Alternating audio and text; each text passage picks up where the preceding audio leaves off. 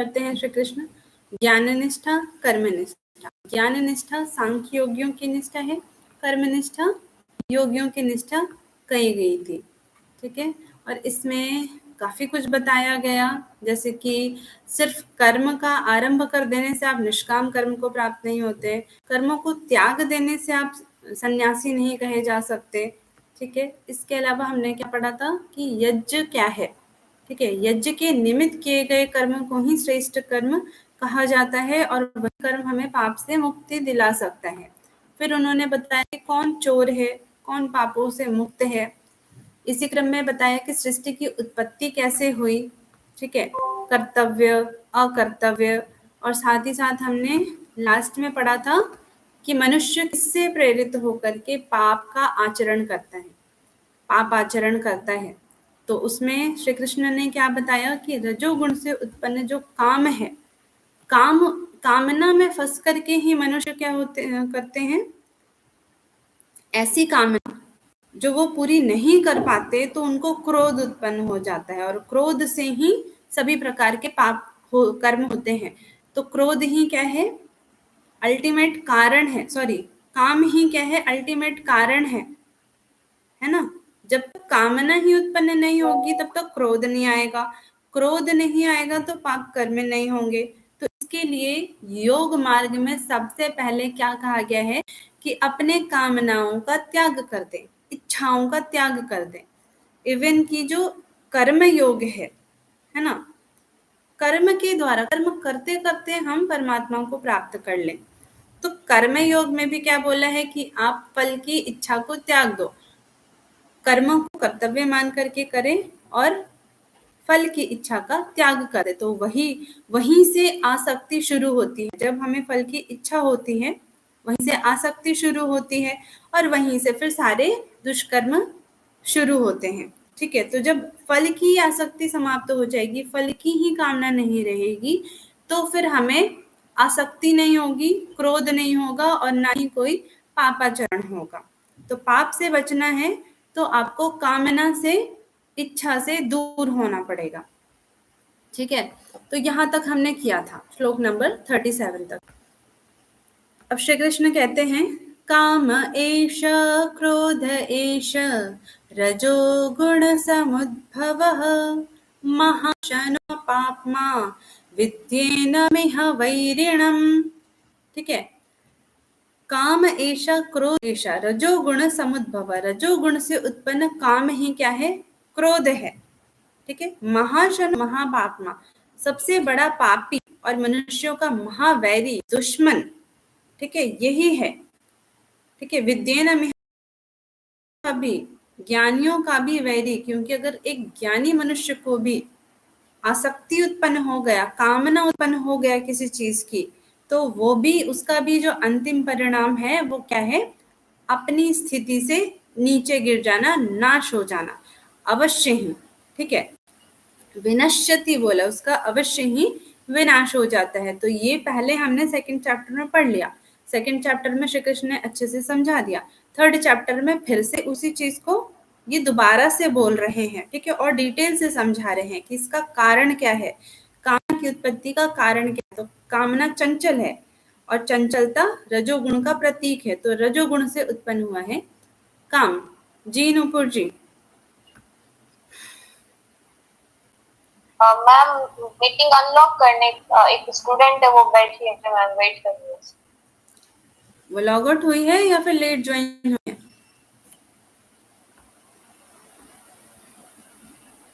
अभी उनको रहने दीजिए।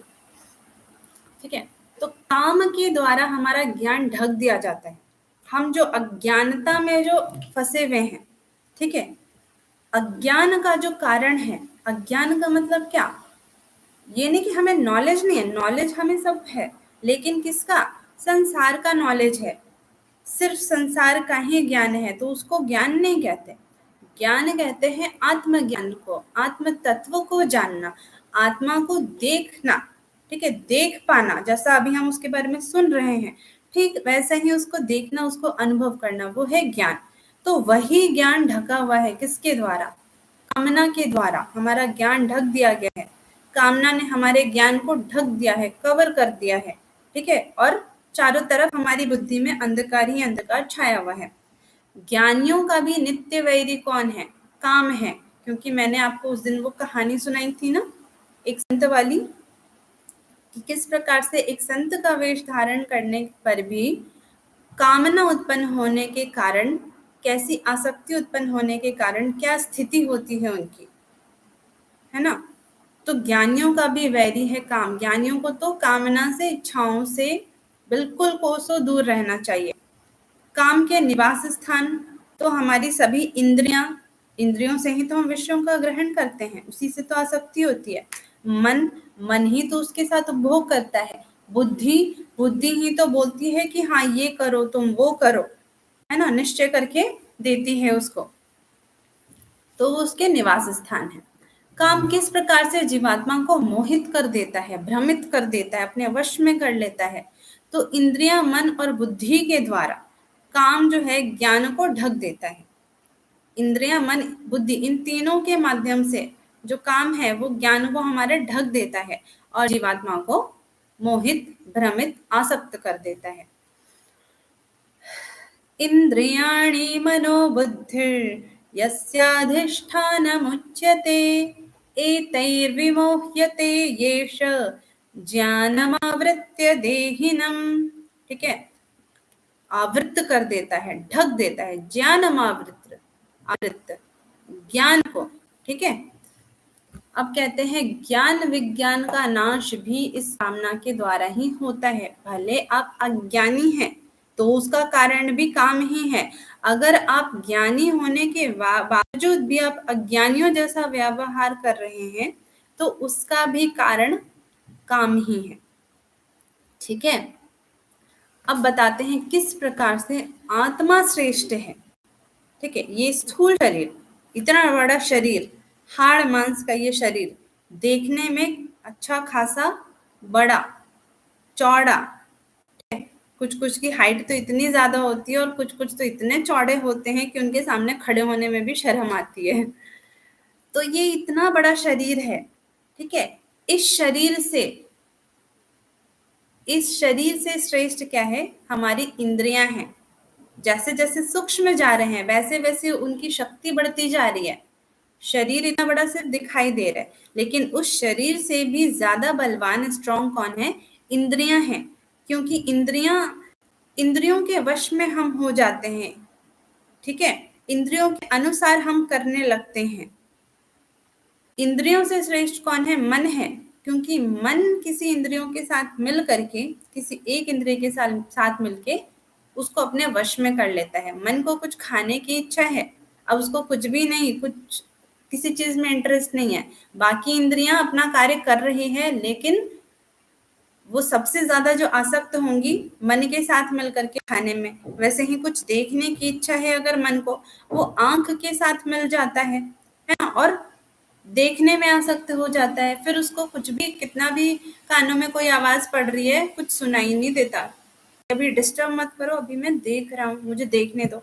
मान लिया जाए मैच चल रहा था ना अभी, जिसको देखो वो सिर्फ मैच मैच मैच मैच देखने में लगा है, और जिसके भी स्टेटस पे सिर्फ मैच ही लगा हुआ है।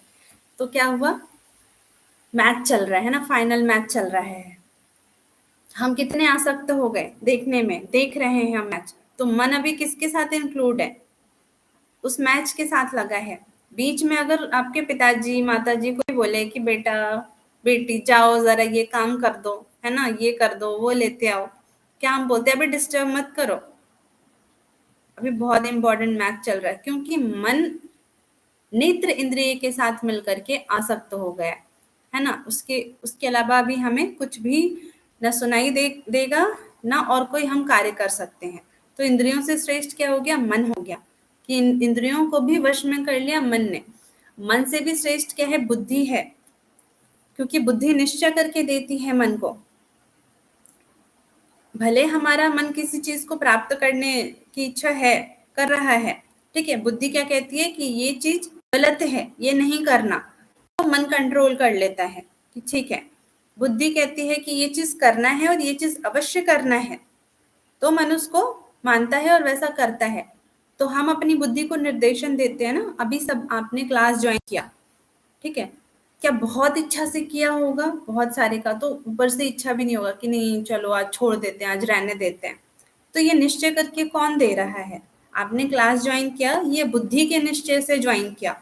अगर आप क्लास नहीं ज्वाइन कर रहे हैं तो वो भी बुद्धि के निश्चय से कर रहे हैं। अगर आप कोई कार्य कर रहे हैं तो वो बुद्धि के निश्चय से कर रहे हैं। तो बुद्धि पे कंट्रोल करने वाला कौन है? सॉरी, मन पे कंट्रोल करने वाला कौन है? बुद्धि है। ठीक है। और बुद्धि से श्रेष्ठ कौन है? तो कहते हैं आत्मा है। बुद्धे परसस्तु सह। बुद्धि से श्रेष्ठ कौन है? आत्मा है। क्योंकि जिसने अपने आत्मा के तत्व को जान लिया, आत्म तत्व को जान लिया, अब वो अपनी बुद्धि पे कंट्रोल उसने कर लिया। ठीक है, कि अपनी बुद्धि को वो एक मार्ग पे ले जा रहा है, इधर उधर नहीं भटकने दे रहा है। बुद्धि ने मन को कंट्रोल कर लिया, मन ने इंद्रियों को कंट्रोल कर लिया। आत्मा के तत्व को जागृत करने से ये आत्मा ही सभी के कंट्रोल में है और इस तरीके की तरह इधर उधर घुमाई जा रही है। अब आगे कहते हैं कामनाओं पर अंकुश लगाने के उपाय। किस प्रकार अपने कामनाओं पर, इच्छाओं पर, आसक्ति पर अंकुश लगा सकते हैं? तो इसके लिए श्लोक नंबर 43 है, एवं बुद्धिकरं बुद्ध्वा संस्तभ्यात्मानमात्मना जहि शत्रुं महाबाहो कामरूपं दुरासदम्। कहते हैं आत्मा को जान करके, जब हम आत्म तत्व को जान जाएंगे तो बुद्धि के द्वारा, आत्मा को जानने के बाद बुद्धि के द्वारा मन को वश में किया जा सकता है। ठीक है। और काम रूपी शत्रु का की हत्या की जा सकती है। जही शत्रु महाबाहो काम रूपम दुरासतम। इस काम रूपी शत्रु को तू मार डाल, अर्थात कामनाओं पर अंकुश लगा लो। ठीक है, कंट्रोल कर लो। लेकिन उसके लिए हमें क्या करना है? आत्मा के तत्वों को जानना है, तभी ये कार्य किया जा सकता है। तो ये आपका चैप्टर 3 जो है ये फिनिश हो गया। ठीक है। इसके आगे हमें चैप्टर 4 नहीं करना, 5 नहीं करना है, चैप्टर 6 करना है। डायरेक्ट हम आएंगे कहाँ? अध्याय 6 पर, जिसका नाम है आत्म संयम योग। तो हर जो नाम है हर चैप्टर का, उसका कंटेंट हमें पता चलता है कि इसके बारे में क्या कहा गया है।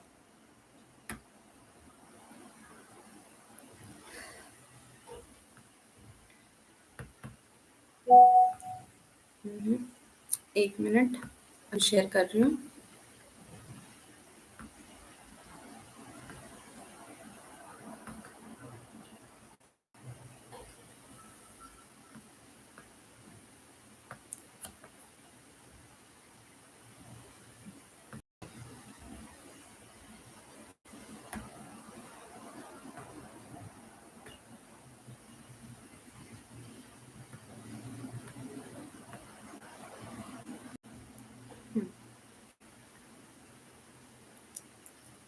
तो अगला चैप्टर क्या है हमारा? आत्म संयम योग। ठीक है, इसमें अपने ऊपर संयम करने की बात की गई है। तो सबसे पहले इसमें जो बात आती है, श्री कृष्ण कहते हैं कर्तव्य कर्म, निष्काम कर्म करने वाला व्यक्ति क्या कहलाता है? सन्यासी कहलाता है, या फिर उसी को हम योगी कहते हैं। ठीक है। कर्म तो मैंने आप लोगों को पहले भी बताया कि कर्म तो जब हमारा जन्म हुआ तब से लेके मृत्यु पर्यंत तक कर्म करना है, हम उससे भाग ही नहीं सकते, है ना। आप भोजन कर रहे हैं, आप खा रहे, पी रहे, सो रहे, जाग रहे, जो भी कर रहे हैं एक प्रकार से कर्म ही कर रहे हैं। ठीक है। अपने शरीर को मूवमेंट दे, ये भी एक कर्म ही हुआ। तो हम कर्म से बच नहीं सकते। तो जब कर्म हमें करना ही है तो कर्म से मुक्ति की इच्छा ही नहीं करनी चाहिए। ये नहीं कि कर्म से मुक्त हो जाए, बल्कि कर्म से मुक्त ना होकर के फल की इच्छा से मुक्त हो जाना। तो कर्तव्य कर्म, या जिसको हम निष्काम कर्म भी कहते हैं, निष्काम कर्म, कर्तव्य कर्म को निष्काम भाव से करना। तो ऐसे लोगों को सन्यासी और योगी कहा है। ठीक है, सन्यासी तथा योगी है जो कि कर्तव्य कर्म करता है या जो निष्काम कर्म करता है। कहते हैं सिर्फ अग्नि का त्याग करने वाला सन्यासी नहीं कहा जा सकता। अग्नि अग्नि का एक अर्थ है अग्निहोत्र की क्रिया, ठीक है, कि आपने सन्यास ले लिया तो इसका मतलब ये नहीं कि आप अग्निहोत्र की क्रिया को त्याग दें। आपने अग्निहोत्र की क्रिया को त्याग दिया तो आप सन्यासी हो गए। दूसरा अग्नि का अर्थ क्या है? कामनाएं। हमारी कामना इतनी है जैसे कि अग्नि की लपटें, इच्छाएं हैं, तो कामनाओं का त्याग कर देने वाला भी सन्यासी नहीं कहलाता, क्योंकि सिर्फ कामना का त्याग नहीं करना है, कामनाओं पर अंकुश लगाना है ना, उनसे विरक्त होना है, उसमें निष्काम भाव लेकर के आना है। आपने कामना को त्याग दिया लेकिन मन में चल रहा है आपका विचार, तो ये त्याग नहीं होता है, इसको त्याग नहीं कहते, ठीक है। तो सिर्फ अग्नि का त्याग करने वाला सन्यासी नहीं कहा जा सकता, क्योंकि कामनाओं का त्याग कर दे परंतु मन में अगर उसका चिंतन चलता रहे तो वो त्याग नहीं कहलाता। तो यहाँ पर वो कह रहे हैं कि सन्यासी और योगी इन दोनों को अलग नहीं समझना है, इन दोनों को अलग समझने वाला ही सबसे बड़ा अज्ञानी है। दोनों ही एक रूप हैं, ठीक है, दोनों ही एक हैं, क्योंकि उनका लक्ष्य एक है। और वो जो लक्ष्य है वो कैसे प्राप्त होता है कि जब तक हम अपने मन पर अंकुश नहीं लगाते, मन को एकाग्र नहीं करते, मन को स्थिर नहीं करते, ठीक है, तो मन की एकाग्रता हो जाने पर सभी इच्छाएं अपने आप ही समाप्त हो जाती है, क्योंकि हमारी अब जो इच्छा, जो स्ट्रांग वाली जो इच्छा है वो कहाँ चली गई, किधर लग गई? कुछ और प्राप्त करने में, यानी कि परमात्मा को प्राप्त करने में। तो संसार फिर नीरस लगने लगता है, इसमें कोई अपनी आसक्ति नहीं रह जाती।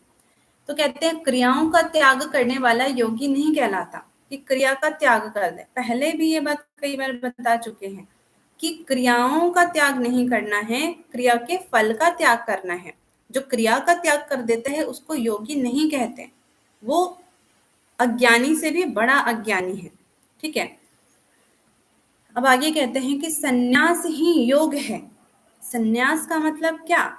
सन्यास ले लेना, यानी कि संसार से अलग हो जाना, परमात्मा से युक्त हो जाना, परमात्मा का नित्य निरंतर और सतत चिंतन चलते रहना, यही योग है, और कुछ योग नहीं है। योग का मतलब ही क्या है? एडिशन, यूनियन, एकता, यही है ना योग। जोड़ देना, किसको? तो अपने मन को परमात्मा में जोड़ देना, यही योग है, ठीक है। सिर्फ कुछ आसन कर लेना, कुछ प्राणायाम कर लेना, है ना, कुछ देर ध्यान कर लेना, ये योग नहीं है।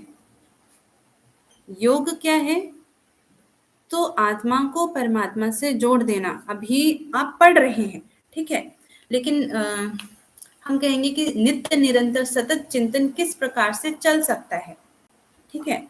तो अगर आपको कोई बोले अपना हाथ उठाओ, मैंने पढ़ते पढ़ते अचानक से आपको बोला हाथ उठाओ, आपको 1 सेकंड का भी देरी लगेगी कि हाथ उठाओ या पैर हिलाओ, ठीक है, या अपने गर्दन को ऐसे हाँ में बोलो, तो 1 सेकंड की भी देर नहीं लगी, क्योंकि आप उसी भाव में हैं। नित्य निरंतर आपको अपने शरीर का ही भाव है, शरीर से आप 1 सेकंड भी अलग नहीं है ना। शरीर का ही भाव है कि हमें कुछ सोचना नहीं पड़ रहा, हमें उसका ही स्मरण कंटिन्यू चल रहा है, इवन की नींद में भी, है ना, शरीर का ही चिंतन, शरीर का ही स्मरण बना हुआ है। जब यही चीज, ठीक है, यही स्मरण, यही चिंतन परमात्मा के तरफ हो जाए नित्य निरंतर, कि आप पढ़ रहे हो, खा रहे हो, पी रहे हो, बोल रहे हो, सो रहे हो, सिर्फ और सिर्फ आपके ध्यान में सिर्फ परमात्मा का ही ध्यान है और कुछ भी नहीं, इसको क्या कहते हैं? सतत चिंतन, नित्य निरंतर चिंतन, और यही योग है। इसी अवस्था को प्राप्त करना ही योग है। फिर आगे कहते हैं जो संकल्पों का त्याग नहीं करता वो योगी नहीं है। पहले क्या बोला? सन्यास ही योग है। सन्यास का मतलब है कि परमात्मा से जुड़ जाना, एक हो जाना, ठीक है। और संकल्पों का त्याग जो नहीं करता वो योगी नहीं है। संकल्प, किस चीज का संकल्प? तो संकल्प है संसार का, संसार को प्राप्त करने का संकल्प। आपकी कामनाएं ही संकल्प है। अब छांदोग्य उपनिषद में बोला कि मनुष्य संकल्पवान है, मनुष्य को सत्संकल्प करना चाहिए।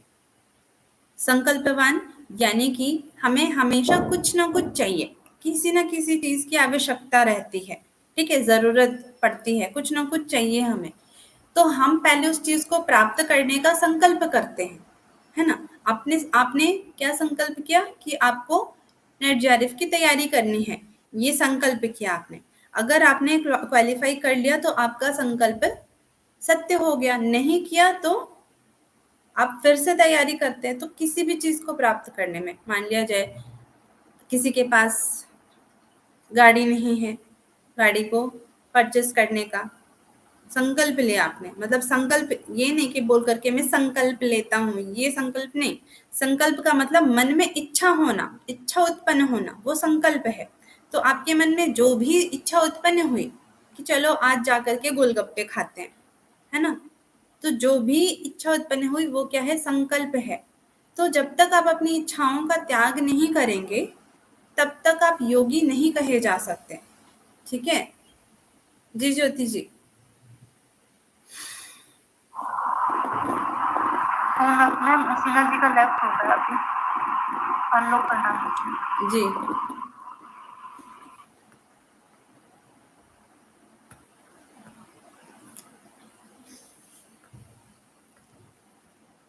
ठीक है। तो संकल्प त्याग क्या है, इच्छाओं का त्याग ही संकल्प त्याग कहा गया है, ठीक है।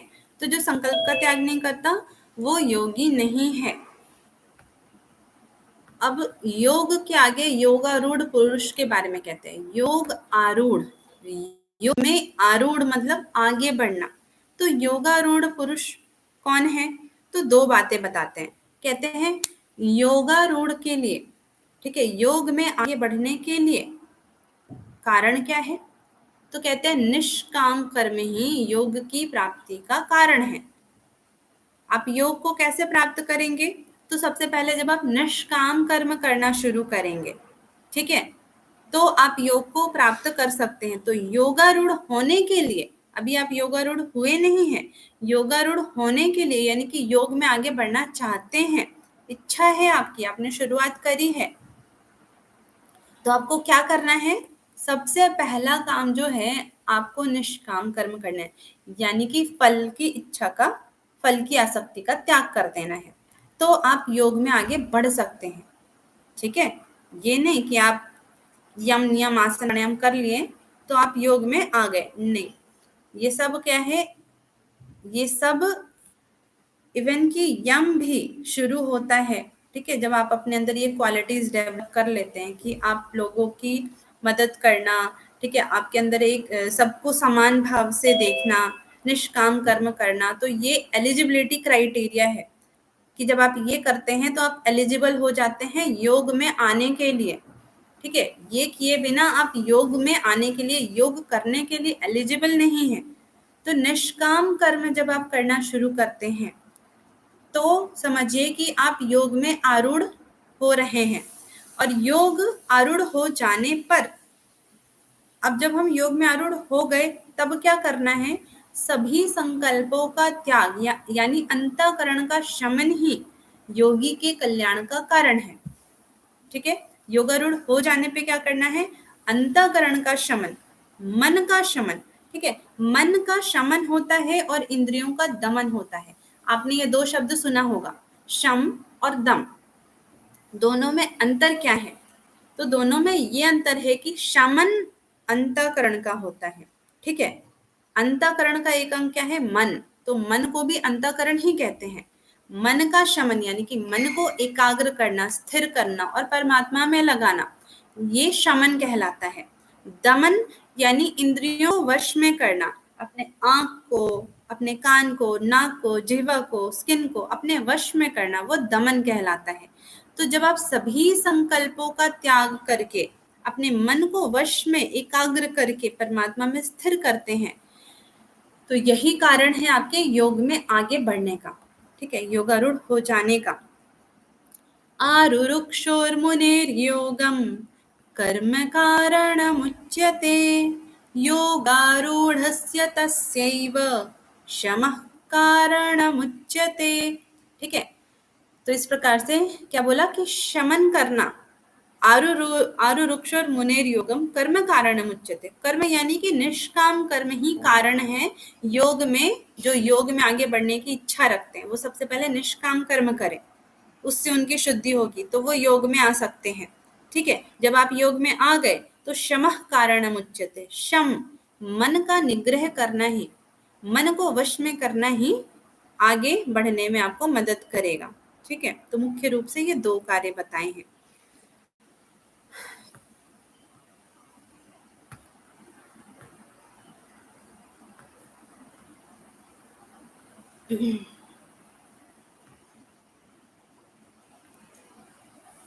एक मिनट,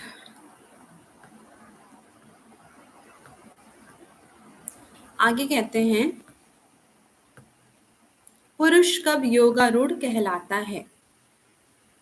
योगारूढ़ हम कब बोलेंगे कि हाँ अब जो ये मनुष्य है, ये पुरुष है, ये योगारूढ़ है, योग में आगे बढ़ चुका है। तो जब वह इंद्रियों के विषय भोगों में तथा कर्म के फलों में आसक्त नहीं होता, भोगने की इच्छा नहीं होती। ठीक है, किसी को गुलाब जामुन बहुत पसंद था, अब जो है गुलाब जामुन उसके सामने रख भी दिया जाए, गुलाब जामुन का पहाड़ भी रख दिया जाए, तो उसके मन में कोई इच्छा, कोई वृत्ति ही उत्पन्न नहीं होगी। ठीक है, वो बिल्कुल नॉर्मल, वो स्वभाव से भी नॉर्मल, मन से भी नॉर्मल। तब बोलेंगे कि हाँ उसने अपनी इंद्रियों को वश में कर लिया। ठीक है, मन में अगर सामने से कुछ भी नहीं, मन में बार बार इच्छा उत्पन्न हो रही है कि काश एक मिल जाता, एक ले लेते, तो उसको इंद्रियों को वश में करना नहीं है। ठीक है, तो जब इंद्रियों के विषय भोगों में तथा कर्म के फलों में आसक्त नहीं होता, ठीक है, तब सर्व संकल्प त्यागी पुरुष, सर्व संकल्प यानी कि संसार की सभी वस्तुओं का प्राप्ति का संकल्प, तो सर्व संकल्प त्यागी पुरुष योगारूढ़ कहा जाता है। यदा हीनेन्द्रियार्थेषु न कर्मस्वनुषज्यते सर्वसंकल्प सन्न्यासी योगारूढ़स्तदोच्यते। किसको हम बोलते हैं योगारूढ़? तो सर्व संकल्प सन्यासी, वैसा सन्यासी जो सभी संकल्पों का त्याग कर दिया है।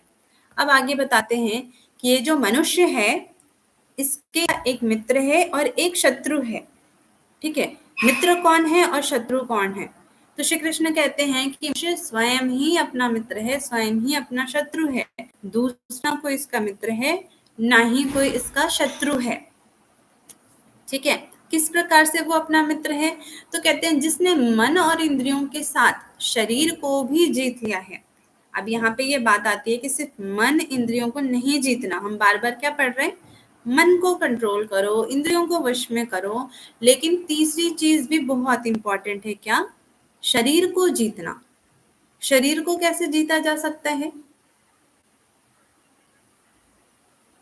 शरीर को किस प्रकार से जीता जा सकता है, पता है किसी को? नहीं पता? यस या नो तो लिख दीजिए कम से कम, ताकि ये तो पता चल जाए कि हाँ नहीं पता या फिर पता है। चलिए, अब सबकी शांति तो यही बता रही है कि नहीं पता। अभ्यास से, किस चीज का अभ्यास? शरीर को जीतने का मतलब कि शरीर के जितने द्वंद्व हैं, सर्दी, ठंड में आपको क्या लगती है? सर्दी लगती है, हम इतने सारे कपड़े पहन लेते हैं। गर्मी में हमें गर्मी लगती है, जो पहना था वो सारा उतर जाता है, मिनिमम पे आ जाते हैं, है ना?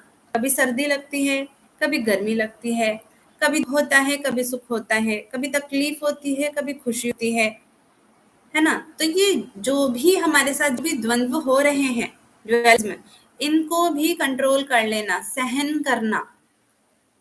वो कितने ही ऐसे फोटोज और वीडियो वायरल होते हैं ना कि बर्फ पड़ रही है, ओले पड़ रहे हैं, और एक सन्यासी ऐसे बहुत ही कम वस्त्र में, नॉर्मल जैसे साधारण, वैसे ही वो वहां पे घूम रहा है, कोई फर्क नहीं पड़ रहा उसको। तो उसने अपने शरीर को जीता है। ठीक है, उसने अपने शरीर को जीता है। जब मिलिट्री में होते हैं ना बहुत सारे लोग, आर्मी में, उनको कभी भी कहीं भी भेज दिया जाता है, कभी बहुत गर्म इलाके में, कभी बहुत ठंडे वाले इलाके में भेज दिया जाता है, तो वो वहाँ कैसे सर्वाइव कर पाते हैं? तो उन्होंने अपने शरीर को जीता है। जब बहुत ठंडे जगह भेजना होता है, तो पहले उनको धीरे-धीरे पहले थोड़े अभी जहाँ पे है उसे थोड़े ठंडे एरिया में भेजा जाता है। फिर कुछ दिन के बाद फिर उससे ठंडे एरिया में भेजा जाता है। फिर उससे कुछ दिन बाद उससे ठंडे, ऐसे कर के धीरे-धीरे उनकी बॉडी को अडॉप्ट किया जाता है। तो एक योगी को अपने शरीर को जीतना बहुत आवश्यक है। जितना आवश्यक उसके मन और इंद्रियों को जीतना है, उतना ही उससे भी ज़्यादा कह लीजिए सबसे पहले आवश्यक है शरीर को जीतना। शरीर के द्वंद्वों को नहीं जीता तो आप किसी भी चीज़ पर वश नहीं कर सकते, है ना? सबसे पहले शरीर को वश में करना है। तो जिसने इन तीनों को वश में कर लिया है, इंद्रियों को, मन को, शरीर को, समझिए वो अपना मित्र है। क्योंकि वो अपने आप को ऊर्ध्व गति में डाल रहा है ना? जो मनुष्य श्रेष्ठ कर्म करता है तथा अपने को अधोगति में नहीं डालता है, श्रेष्ठ कर्म करता है और अपने को अधोगति में नहीं डालता, अपना उद्धार करता है, ठीक है? अधोगति में नहीं डालना यानी अपना उद्धार करना, अपने आप को ऊर्ध्व गति में लगाना, वह पुरुष अपना मित्र है। ये मनुष्य जीवन हमें क्यों मिला है? ये मनुष्य जीवन हमें सिर्फ और सिर्फ मोक्ष के लिए मिला है। भोग के लिए बाकी सारी योनियां हैं, ठीक है? 84 लाख योनि जो है वो सारी की सारी भोग की योनि है। आप जानवरों को देखिए क्या करते हैं, पक्षियों को देखिए करते हैं, सिर्फ भोग ही तो कर रहे हैं। खाते हैं, सोते हैं, घूमते हैं, है ना? प्रजनन क्रिया करते हैं, सब कुछ कर रहे हैं और बाकी कोई टेंशन नहीं है। तो सारी योनियां क्या है? भोग की योनि है। सिर्फ मनुष्य योनि ही योग की योनि है, मोक्ष की योनि है। इवन की देवताओं को भी दुर्लभ है। देवताओं को भी मोक्ष प्राप्त करने के लिए मनुष्य जीवन धारण करना पड़ता है, मनुष्य शरीर धारण करना पड़ता है। तो ये सिर्फ और सिर्फ ऊर्ध्व गति में डालने के लिए है ना? और हम इसका दुरुपयोग कर रहे हैं, तो हम अपने शत्रु हैं, बहुत बड़े शत्रु हैं। जब हम इसका सदुपयोग करेंगे तो हम अपने मित्र हैं, क्योंकि हम अपने आप को ऊर्ध्व गति में डाल रहे हैं। इसका जस्ट ऑपोजिट शत्रु कौन है? जिसने मन को, इंद्रियों को, शरीर को नहीं जीता। जो पुरुष अपने को कर्म बंधनों में फंसाता जाता है, जैसे कि एक बहुत बड़ा बवंडर है, उसके अंदर हम चले जा रहे हैं, ठीक है? और हम बिल्कुल जाके फंस जाते हैं, तो अपने आप को बंधनों में फंसा रहा है, कर्म बंधनों में, तो वो स्वयं ही अपना शत्रु है, ठीक है? अब आगे बताते हैं। जितात्मा कह लीजिए या आत्मा को जीतने वाला, स्वाधीन आत्मा वाला कह लीजिए, जिसने अपनी आत्मा को अधीन कर लिया है, इस शरीर का, मन का, इंद्रियों का, बुद्धि का, सबका स्वामी बन चुका है वो, ठीक है? शांत आत्मा वाला, जिसका चित्त शांत है ना? भगवत प्राप्त पुरुष, जो भगवान को प्राप्त हो चुका है। भगवान को प्राप्त का मतलब ये नहीं कि उसकी मृत्यु हो गई है, जीते जी जिसने भगवत प्राप्ति कर ली है। योग युक्त पुरुष या फिर अत्यंत श्रेष्ठ पुरुष कह लीजिए। इन सबके गुण क्या हैं? तो ये बताते हैं आगे कि सर्दी, गर्मी, सुख, दुख, ये जितने भी द्वंद्व हैं, सब में समभाव रहना, है ना? ये नहीं कि गर्मी लग रही है तो हम एसी खरीद के ले आए, एसी में बैठे, और एसी वाले क्या करते हैं?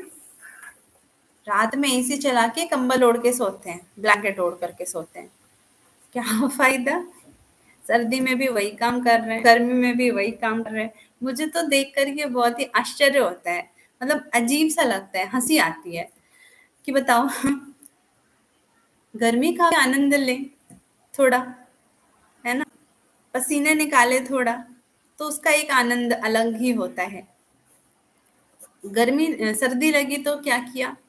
हीटर ले आए, ये सारे कपड़े, और एक से एक आजकल तो ब्लैंकेट और स्वेटर मिलते हैं ना इलेक्ट्रिक वाले, कि उनको गर्म कर लो, फिर ठंडी नहीं लगेगी। तो कभी ठंड को कभी झेला है, सहने की कोशिश करी है किसी ने? अगर किसी ने गर्मी को और सर्दी को झेलने की और सहने की कोशिश करी है, तो उससे पूछिए कि उसका क्या आनंद है, उसका एक अलग ही आनंद है, ठीक है? तो वो जो संभाव रखता है उसको कह सकते हैं कि वो श्रेष्ठ पुरुष है, या ऊपर जो भी दे रखा है, ठीक है, वो कह सकते हैं। जिसका अंतःकरण ज्ञान विज्ञान से भरा है। ठीक है, ज्ञान विज्ञान यानी कि परमात्मा के तत्व का ज्ञान, आत्म तत्व का ज्ञान। संसार का ज्ञान ज्ञान नहीं है। संसार का ज्ञान सिर्फ और सिर्फ जानकारी है। ठीक है, उसको हम सिर्फ जानकारी कहते हैं, उसको ज्ञान नहीं कहते। ज्ञान सिर्फ एक है, आत्म तत्व का बोध होना। अविकारी है, कोई विकार नहीं है उसके अंदर। जितेंद्रिय है, जिसने इंद्रियों को जीत रखा है। जो मिट्टी, पत्थर और स्वर्ण, स्वर्ण का मतलब सोना, अगर कहीं चलते चलते आपको एक सोने का टुकड़ा, बड़ा सा टुकड़ा मिल जाए, सोने की ईंट मिल जाए, है ना, सोने के कोई जेवर गिरे हुए मिल जाए, तो क्या करेंगे हम?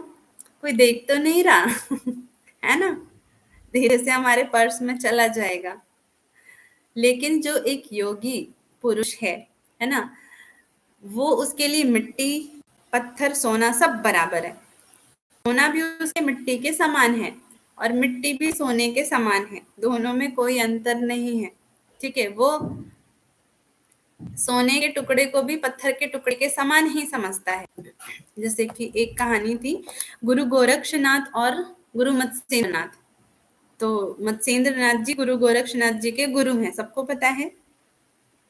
तो एक बार किसी कारणवश वो एक ऐसी नगरी चले गए थे जहां सिर्फ महिलाएं थी। वहां की राजकुमारी से उन्होंने विवाह किया। फिर गुरु गोरखनाथ जी जो है उनको ढूंढते ढूंढते वहां पहुंचे और उनकी जो स्मृति थी कि मैं एक योगी हूँ, ये समाप्त हो चुकी थी। तो गोरक्षनाथ जी वहां पहुंचे और अपने गुरु को इस अवस्था में देख करके उनको बहुत ही दुख हुआ, बहुत ही दया आई। उसको इस अवस्था से बाहर निकालने के लिए उन्होंने बहुत प्रयास किया। उसके बाद फिर ऐसे उनको वहां से लेकर के वो आज्ञा लेकर के वो चले गए। अब जितना यहाँ पे रहना था, भोग विलास करना था, वो आपका पूर्ण हो गया, ये अवस्था पूर्ण हो गई। अब आप वापस चलिए, ये संसार आपका इंतजार कर रहा है। तो उनको वापस लेके गए। रास्ते में जो है उनको ऐसा फील हुआ कि वो उधर को ही आसक्त हो रहे हैं और उनके थैले में क्या मिला? एक स्वर्ण का टुकड़ा मिला। वो स्वर्ण का, सोने का एक टुकड़ा अपने साथ छुपा करके लेकर के आए थे कि इसको ले जाने से मुझे आगे जीवन में जो है कोई दुख नहीं होगा। मतलब जो भी चीजें हैं खाने पीने की नॉर्मल चीजें, वो सारी मैं इससे। तो उस वक्त गुरु गोरक्षनाथ जी ने ये जब देखा, उनका मोह देखा, आसक्ति देखी, तो उन्होंने क्या किया? अपने मल से, मल पता है ना, स्टूल, अपने मल से उन्होंने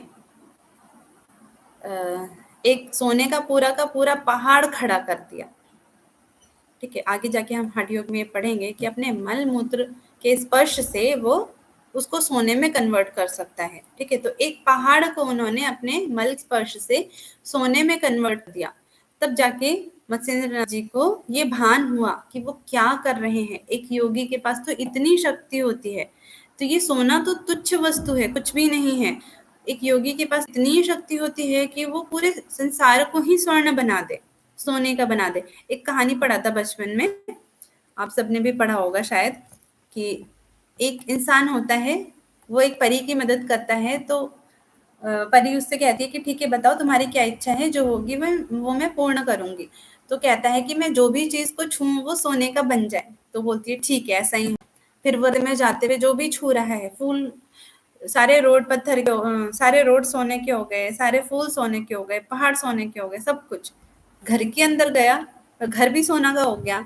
घर के अंदर गया, उसकी बेटी दौड़ती हुई आई, उसके गले लगी और वो भी सोने में कन्वर्ट हो गई, है ना, एक जड़ वस्तु में कन्वर्ट हो गई। फिर उसको बहुत दुख हुआ और उसने परी को बोला कि तुम ये जो मुझे दिया है ये सब वापस ले लो। तो फिर वापस से सब कुछ पहले जैसा ही कन्वर्ट हो गया। तो ये जो है ना, ये मैं ये बताने की कोशिश कर रही हूँ कि एक सोना जो है वो एक क्या है? तुच्छ वस्तु है एक योगी के लिए। ठीक है, किस प्रकार से एक तुच्छ वस्तु है? तो मिट्टी, पत्थर और सोना, इन तीनों में जो संभाव है वो क्या है? वो श्रेष्ठ योगी है। ठीक है, योगी युक्त है, श्रेष्ठ पुरुष है। सुहृद, मित्र, वैरी। सुहृद अपना प्रिय, ठीक है, मित्र हमारा दोस्त, और वैरी दुश्मन। इन सब में भी जो उदासीन भाव रखे, सबका कल्याण चाहे, है ना, सब में पक्षपात रहे, किसी का पक्ष नहीं लेना, पक्षपात रहना, ठीक है, उसको क्या कहते हैं, श्रेष्ठ पुरुष कहा है। मध्यस्थ रहे, मध्यस्थ यानी कि जो दोनों तरफ की भलाई चाहे, जैसे कि खाटू श्याम बाबा बारबरिक जी है ना, 3 तीर लेकर के चले थे युद्ध लड़को, बीच में श्री कृष्ण मिले, उन्होंने बोला कि तुम किसकी तरफ से लड़ोगे, तो उन्होंने क्या बोला कि जो मुझे हारता हुआ दिखाई देगा मैं उसके पक्ष से लड़ूंगा। इसलिए उनका क्या है, एक पंच लाइन हम कहते हैं ना, हारे का सहारा बाबा श्याम हमारा, कि जो हारता वो मुझे दिखेगा मैं उसके पक्ष से लड़ूंगा। तो वो किधर थे, उनके पिता घटोत्कच, घटोत्कच के पिता कौन थे, भीम, यानी कि पांडव के तरफ के थे वो, है ना, पांडव के वंश के थे। तो अपने पिता का, अपने दादा का पक्ष न लेते हुए उन्होंने क्या संकल्प लिया था कि जो हारेगा मैं उधर से ही युद्ध करूंगा, यानी कि वो क्या थे, मध्य आता हुआ दिखाई देगा, उधर से वो उनके हेल्प के लिए आएंगे। द्वेष करता है, मैं भी उसी प्रकार से वो उसकी आदर करता है, उसका, ठीक है, उस से भी कुछ सबका ही कल्याण करना चाहते हैं, संभाव रखते हैं। तो ऐसा कौन है, श्रेष्ठ पुरुष कहा गया है। अब आते हैं, इसमें ध्यान योग के बारे में बोला गया कि किस प्रकार से आपको ध्यान करना है, जैसा कि इसका नाम है आत्म संयम योग, ठीक है, आत्मा को किस प्रकार से संयमित करना है, वश में करने को, इंद्रियों को वश में करते हैं। तो इन तीनों को वश में करने के बाद आशा रहित तथा संग्रह रहित, संग्रह रहित तो समझ गए, ठीक है, कि किसी चीज को इकट्ठा नहीं करना है। आशा रहित मतलब, आशा रहित क्यों बोला,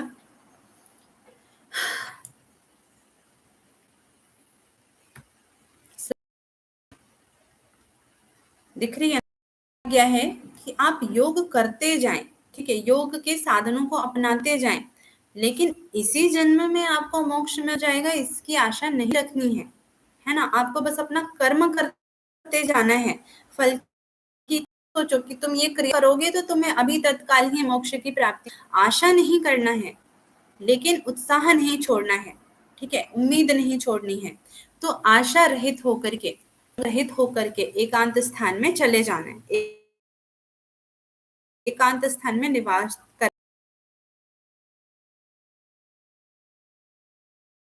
युद्ध भूमि हो,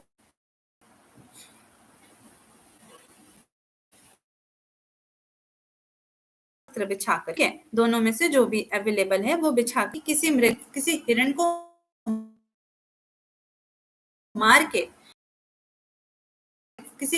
मार के था तो उसको ही यूटिलाइज कर लेते थे, उसका ही यूज कर लेते थे। तो इसीलिए यहाँ पर मृगछाल लिखा है, ठीक है, इसका मतलब हिंसा नहीं समझना।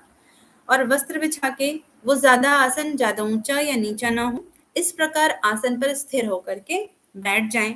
फिर चित्त को, इंद्रियों को वश में कर लें, मन को एकाग्र स्थापित करें, अंतःकरण की शुद्धि के लिए, अगर ये प्रश्न आता है कि योग का अभ्यास क्यों करना चाहिए, तो अंतःकरण की पवित्रता के लिए, अंतःकरण की शुद्धि के लिए, मन की शुद्धि के लिए हमें योग अभ्यास करना चाहिए, ठीक है। अब इसके लिए श्लोक है आपका 10, 11, 12 तीनों में पढ़ देती हूँ। योगी युञ्जीत सततम् आत्मानं रहसि स्थितः, एकाकी यत चित्तात्मा निराशीरपरिग्रहः, शुचौ देशे प्रतिष्ठाप्य स्थिरमासनमात्मनः, नात्युच्छित्रं नातिनीचं चैलाजीन कुशोत्तरम,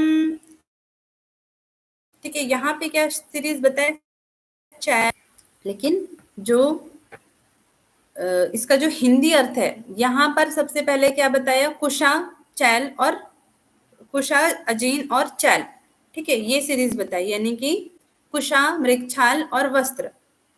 लेकिन श्लोक में देखिए तो सबसे पहले क्या बोला, वस्त्र, फिर मृगछाल, फिर कुशा।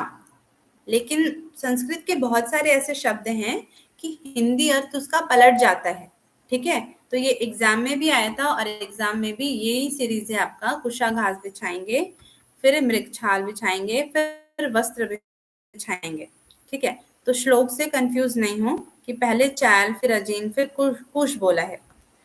आगे, तत्रैकाग्रं मनः कृत्वा यत चित्तेन्द्रियक्रिय उपविश्यासने युञ्ज्यात् योगमात्मा विशुद्धये। आत्मा की शुद्धि के लिए, विशुद्धि के लिए। ठीक है, यानी कि अत्यंत शुद्धि के लिए हमें क्या करना चाहिए? योग करना चाहिए, योग अभ्यास करना चाहिए। अब आगे योग अभ्यास की स्थिति बताते हैं। काया यानी कि शरीर, सिर और गला। कहते हैं ना, इरेक्ट योर बॉडी, अपने शरीर को, सिर को सीधा रखें, है ना। सबसे पहले हम ये इंडिकेशन देते हैं योग करने से पहले।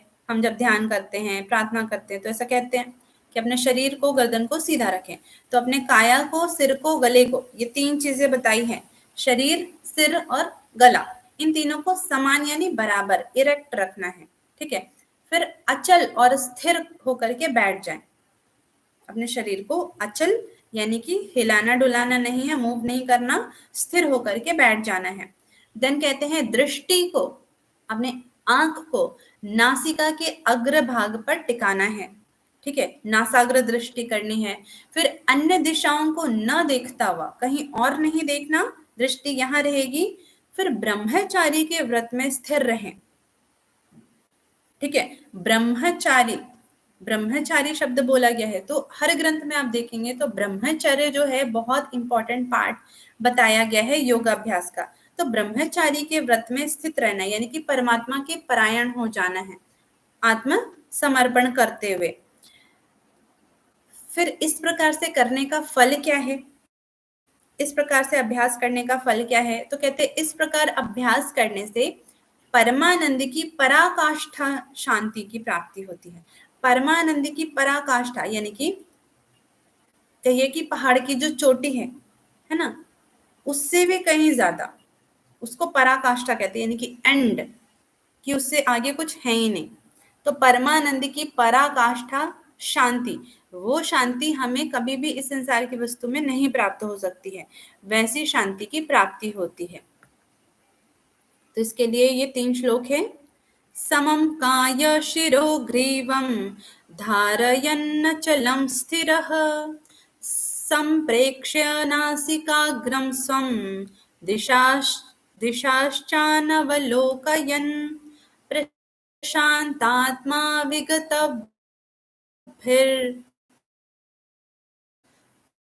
ब्रह्मचारी मच्चित्तो युक्त आसीत मत्परः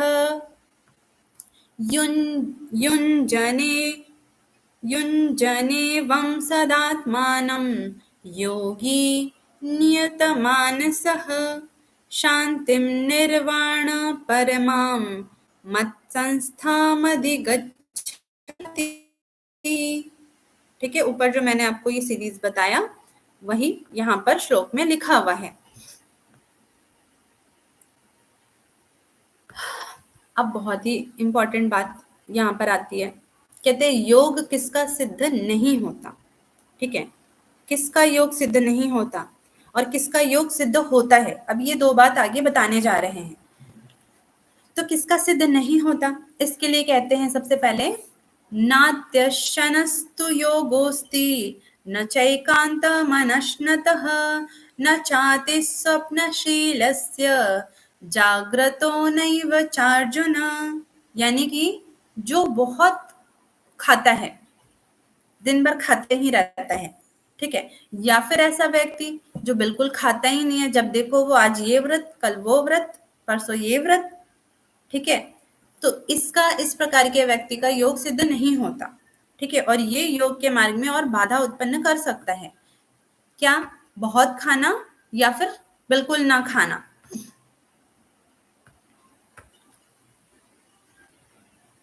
फिर कहते हैं किसका योग सिद्ध नहीं होता? तो जो बहुत सोता है, जब देखो सोता ही रहता है, या फिर जो सदा जागता रहता है, सोता ही नहीं है। दिन में जाओ तो जगे हुए मिले, रात में भी देखो तो भी जगा हुआ इधर उधर घूम रहा है दूसरा व्यक्ति, कि जब जाओ तब वो सोता हुआ ही मिल रहा है। तो ये दोनों क्या है? विपरीत। तो योग में एक चीज बोला गया है क्या? संयम, सम, है ना, बैलेंस। तो बैलेंस कर लेना ही, शरीर में, मन में, इंद्रियों में, क्रियाओं में, इन सब में बैलेंस, वही योग है।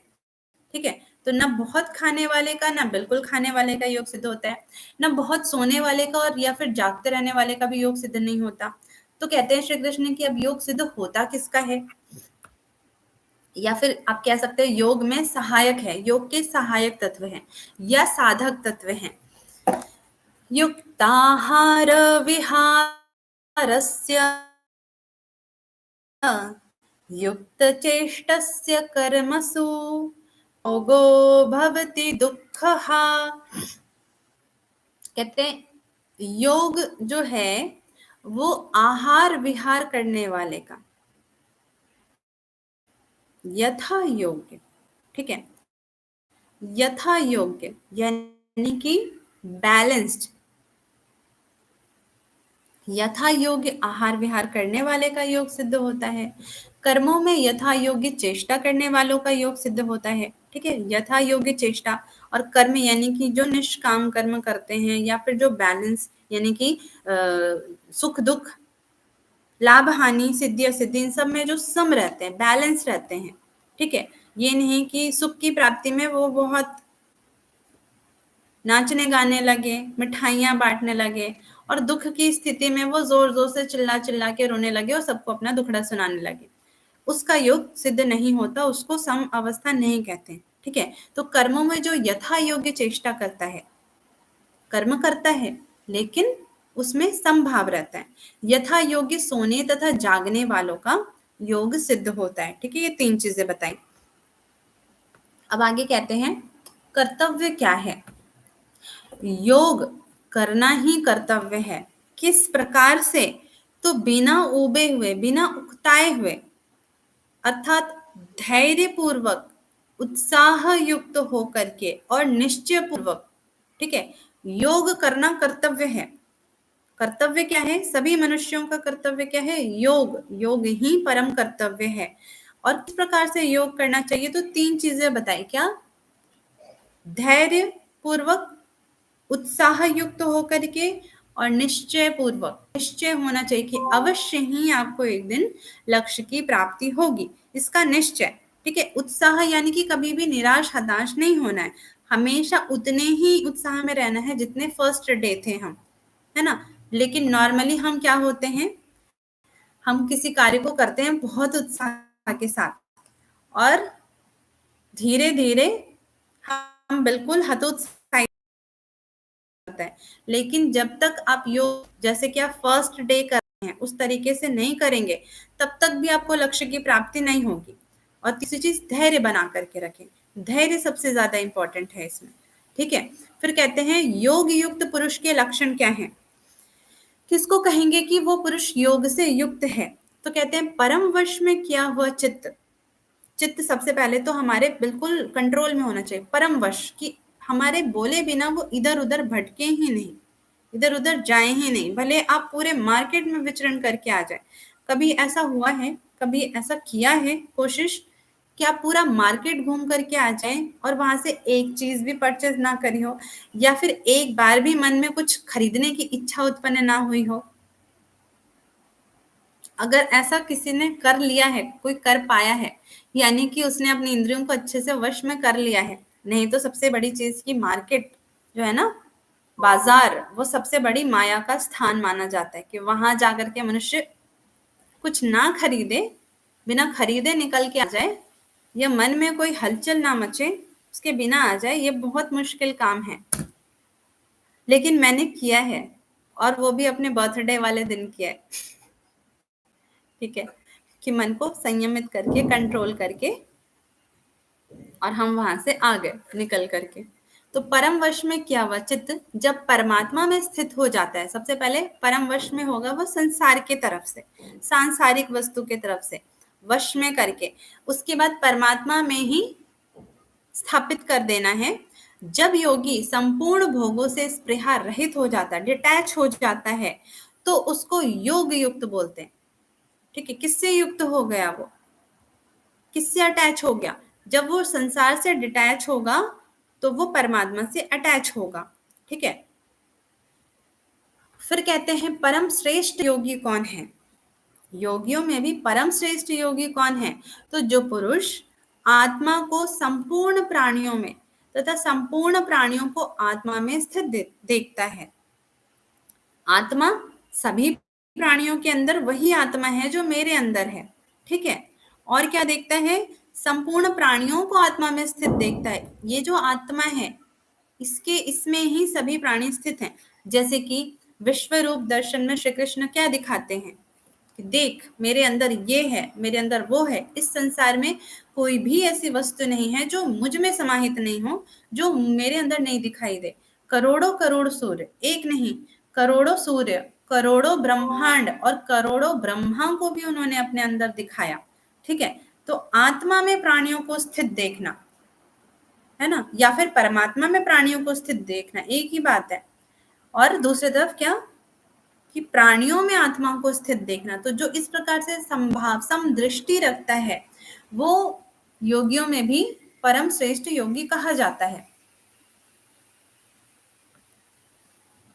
नेक्स्ट क्या बताते हैं? मन का स्वभाव क्या है? तो अर्जुन जो है उनको लगता है कि मन जो है बिल्कुल वायु की तरह है। जैसे हम वायु को कंट्रोल नहीं कर सकते, हवा को रोक नहीं सकते, वश में नहीं कर सकते, वैसे मन को भी वश में नहीं कर सकते। तो मन के बारे में अर्जुन क्या पूछते हैं श्री कृष्ण से? चंचलम ही मन कृष्ण प्रमाथि बलवदृढ़ं तस्याहं निग्रहं मन्ये वायोरिव सुदुष्करम।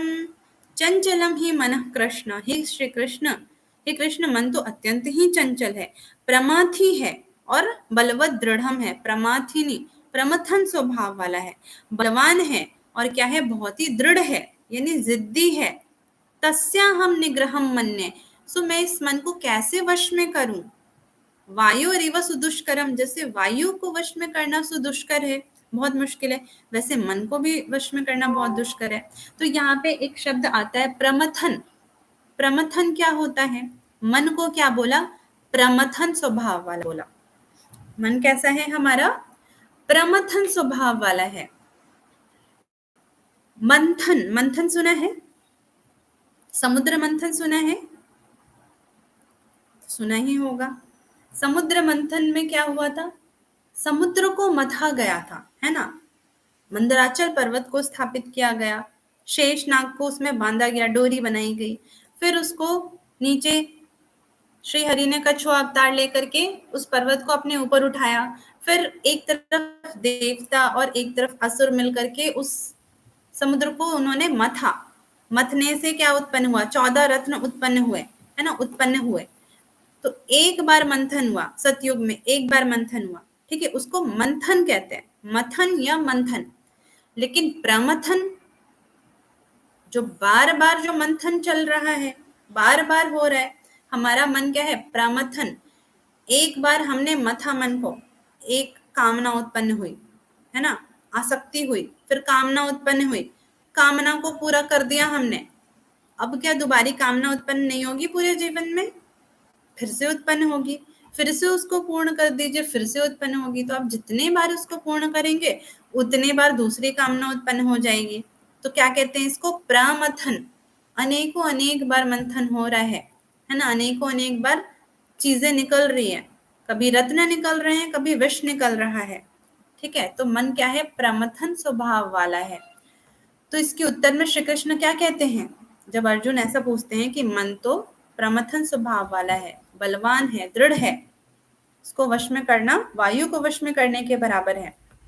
तो श्री कृष्ण कहते हैं असंशयम ही महाबाहो मनो दुर्निग्रहम चलम अभ्यासेन तु कौन्तेय वैराग्येण च गृह्यते।